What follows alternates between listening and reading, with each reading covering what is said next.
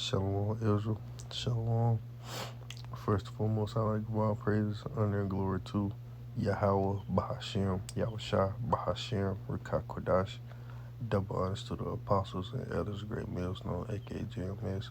Shalom to the whole elect, beginning with 144,000. So I'm going to try to make this lesson short and sweet.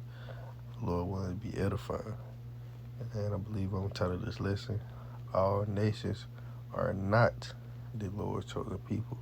Once again, all nations are not the Lord's chosen people. Y'all may wonder, who are, the Heavenly Father's chosen people? And we know that the Heavenly Father's chosen people are the Hebrew Israelites, according to the scriptures, according to the curses that the Heavenly Father put on his people. Then some of you Christians and, other motherfuckers that out here believe different things may ask, well, don't God love everybody? Or ain't everybody? No. Hey, the Heavenly Father, is the God of Israel. His chosen people are the Hebrew Israelites. And yes, the Most High does hate. He hate Esau. He hate the wicked. He hate and he also hate the sinner. And not only the sin, how Christians love to say. All right, let's get there real quick. What's this? All right, 12 and verse 6. And it reads, for the Most High hate of sinners, and will repay vengeance unto the ungodly, and keep them against the mighty day of their punishment. So it's showing you right there, for the Most High does hate sinners. This is showing you that the Most High does hate. Another quick precept, Romans 9 and verse 13. As it is written, Jacob have I loved, but Esau have I hated. Man, we know that Esau is the so-called white man. You understand? So, yes, the Heavenly Father does hate. But let's get back to the title at hand. All nations are not the Heavenly Father's chosen people. So let's prove that. It's the book of Deuteronomy chapter 7, verse 6. And it reads, for thou art an holy people unto the Lord Yahweh, thy power. So we know that the word holy means to be set apart. So it's showing you right there that there's a group of people upon this earth that are set apart from everyone else. He said, the Lord Yahweh, thy power, hath chosen thee to be a special people unto himself above all people that are upon the face of the earth. So they're just showing you that, hey, the Heavenly Father does have a special people, a special nation, and that are above all people that are upon the face of the earth. So who are those people? Those people are the Hebrew Israelites, the so-called Negroes, Hispanics, and Native Americans. The 12 tribes of Israel, which consists of the house of Israel. You understand? And we know that due to the curses. We know that we the Hebrew Israelites, according to the curses, and we done went over these curses plenty of time. On your own, you can go through, read the curses. Curses fit you, and hey, the spirit and the curses fit you. They should tell you, but based off your father as well. If your father Edomite, but your mama Israelite, you will still be considered an Edomite, because we know that's all through your father's seed. But your father could be of the other nation, but your mother is Israelite, and you still live through these conditions, but you still will be considered, part of the other nations based off your father. You understand? So that's a lesson for another time, which is already on my page. You got scrolling, look. But quick precept, just to prove,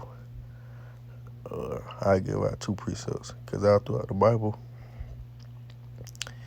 the Heavenly Father shows that He's the God of Israel. Not the God of the whole, not the God of all nations.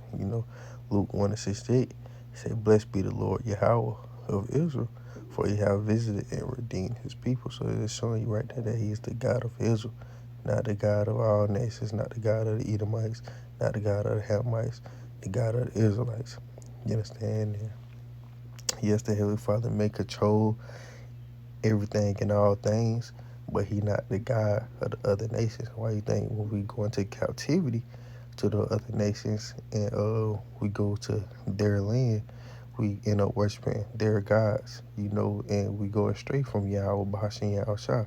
And that's our job now as prophets, is to bring Heavenly Father chosen people back, which are the Hebrew Israelites, to preach it to his people so they can return back into their true power, so they can return back into Yahweh Bahashem Yahweh.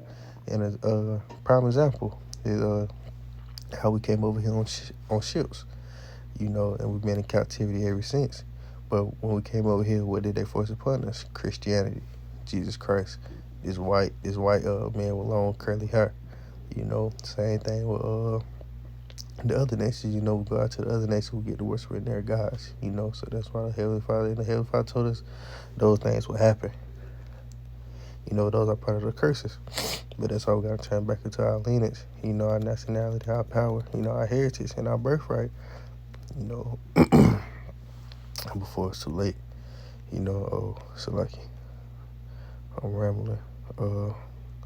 It's the book of Romans chapter 9, and get straight to the point. Verse 4. So this the Apostle Paul, and it reads, who are Israelites, to whom pertaineth the adoption, and the glory, and the covenants, and the giving of the law, and the service of the Heavenly Father, and the promises. So this is showing you right there that they are the Israelites. And these are one of the reasons, or some of the reasons, that we are set apart from the other nations. You understand? The other nations don't got these things to pertain to, where the Hebrew Israelites does. As it says, adoption, the glory, the covenants, the giving of the law, and the service of the Heavenly Father, and the promises. So those things pertain to the Hebrew Israelites. So so we'll go to 2 Ezra, the 6th chapter, and verse 54, and it reads, and after these, so I can even deal with this little sentence.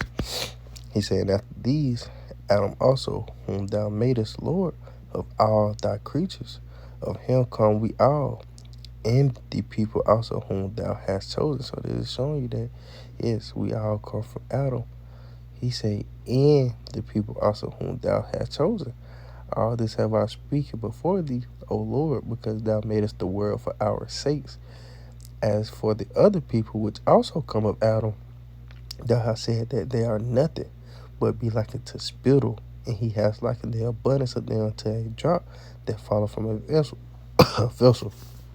So this is showing you right there that the Heavenly Father don't give a damn about the other nations.